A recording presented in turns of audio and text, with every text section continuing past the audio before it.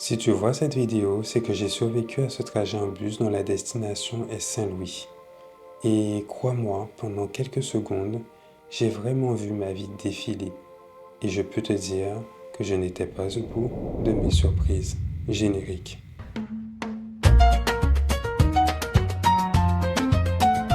Bisous parfumés. Tout commence à 6 heures du mat à la gare routière, direction Saint-Louis, une ville que je portais dans ma tête depuis quelques semaines.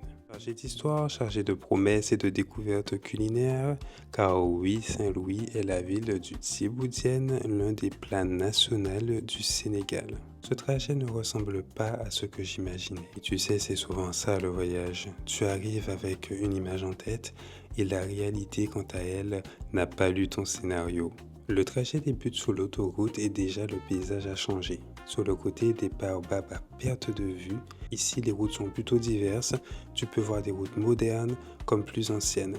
Une bonne connaissance des routes est essentielle selon moi, d'où le fait de ne pas louer de voiture dans mon cas. J'ai donc choisi le bus qui est pour moi la solution la plus économique. Concernant le bus, il est climatisé, confortable, exactement ce qu'il faut quand le soleil dehors transforme le bitume en brasier. Et ce n'est pas des blagues, la chaleur ici, elle est intense. Mais ce qui m'a le plus choqué lors de ce trajet, c'est la conduite dangereuse. Il y a des moments dans un voyage où ton corps te parle avant que ton cerveau ait le temps de formuler une pensée. Ce jour-là, mon corps était en mode survie. Des dépassements sans visibilité, l'un après l'autre. Des moments vraiment stressants. Ça m'inquiète beaucoup parce que je suis même pas encore arrivé à la moitié du chemin. Il y a 2-3 voitures ont fait une entrée de... Je voulais te partager un message en toute sincérité. Nous n'avons qu'une seule vie. Donc il est important que ce genre de comportement ne nous l'apprenne pas en quelques secondes bêtement. Adoptons un comportement sécurisant sur la route, que ce soit pour nous et aussi pour les gens qui nous accompagnent sur le trajet.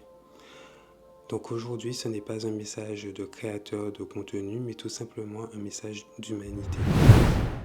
Premier arrêt, il fait hyper chaud. Ça se voyait pas un peu avec la clim, mais là il fait très chaud. Et du coup il reste quelques minutes encore et après c'est bon. Voilà. En tout cas, sacrée expérience parce que j'ai pu voir plusieurs petits villages en faisant la route. Mais c'est surtout le fait que c'était vraiment chaud hein, quand même des fois parce que il doublait beaucoup de voitures. Et c'était vraiment très dangereux. Et au moins, l'expérience, elle est faite. Mais heureusement, le paysage dehors était magnifique, mais vraiment magnifique.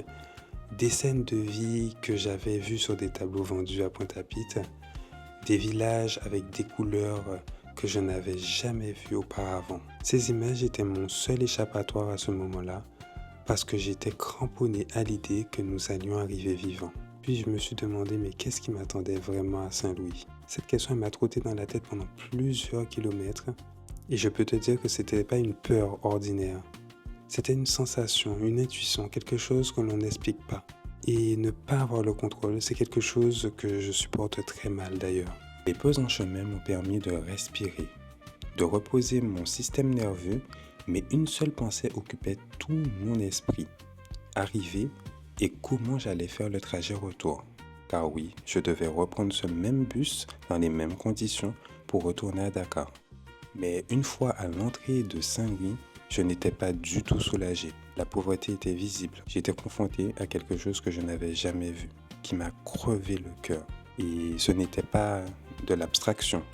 Le choc, il était bien là, bien plus grand que dans le bus. Et à ce moment-là, je me posais 10 000 questions.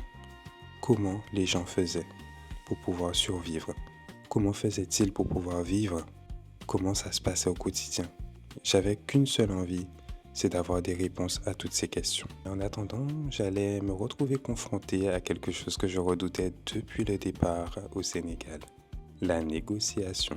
Je vais te donner un peu de contexte pour que tu puisses comprendre car c'est important. La gare routière est loin de mon hôtel et avec cette chaleur, à pied, c'était impossible. Les autres passagers du bus m'ont briefé, voyant que j'étais touriste, en m'indiquant le tarif normal du trajet de la gare routière au centre-ville. À ce moment moment-là, je me suis dit naïvement, je suis noir, donc ça va être un avantage, je vais avoir le prix des locaux.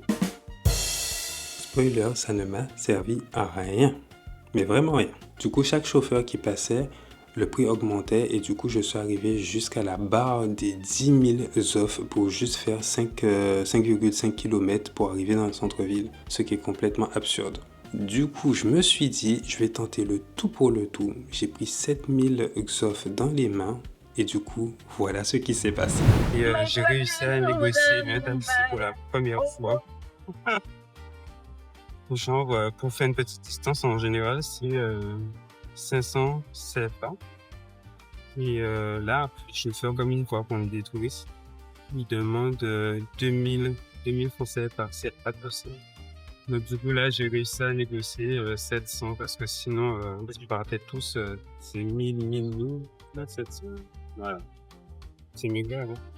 Sans dire davantage, il faut savoir que la négociation au Sénégal est un sport national, clairement. Je veux te dire, franchement, les taximans ne sont pas des enfants de cœur, clairement. Ils ne font aucun cadeau, vraiment aucun cadeau. Ils sont vraiment très agressifs dans leur façon de négocier. Et c'est drastique, hein, vraiment. Il n'y a pas de juste milieu, c'est soit ça passe, soit ça casse. Ça va te donner l'occasion de voir le paysage, voir ce que j'ai ressenti à ce moment-là et me donner tout simplement ton avis par rapport à ces quelques images que tu vois actuellement, puisqu'elles sont très colorées, mais elles cachent derrière une réalité qui est plutôt brutale. Donc je te laisse avec ces quelques images. Si tu devais retenir une chose de cette vidéo, c'est que le voyage, il forge. Chaque épreuve, chaque inconfort, chaque moment où je n'avais plus le contrôle, cela a construit quelque chose qui fait grandir. Parce qu'une fois que tu as vécu ça, tu peux tout vivre. Et crois-moi, tu passes quelques semaines au Sénégal et tu deviens un négociateur hors pair. Alors dis-moi en commentaire, est-ce que moi j'ai réussi à vraiment négocier? Ou tu penses que je mériterais une formation supplémentaire? Dis-moi tout.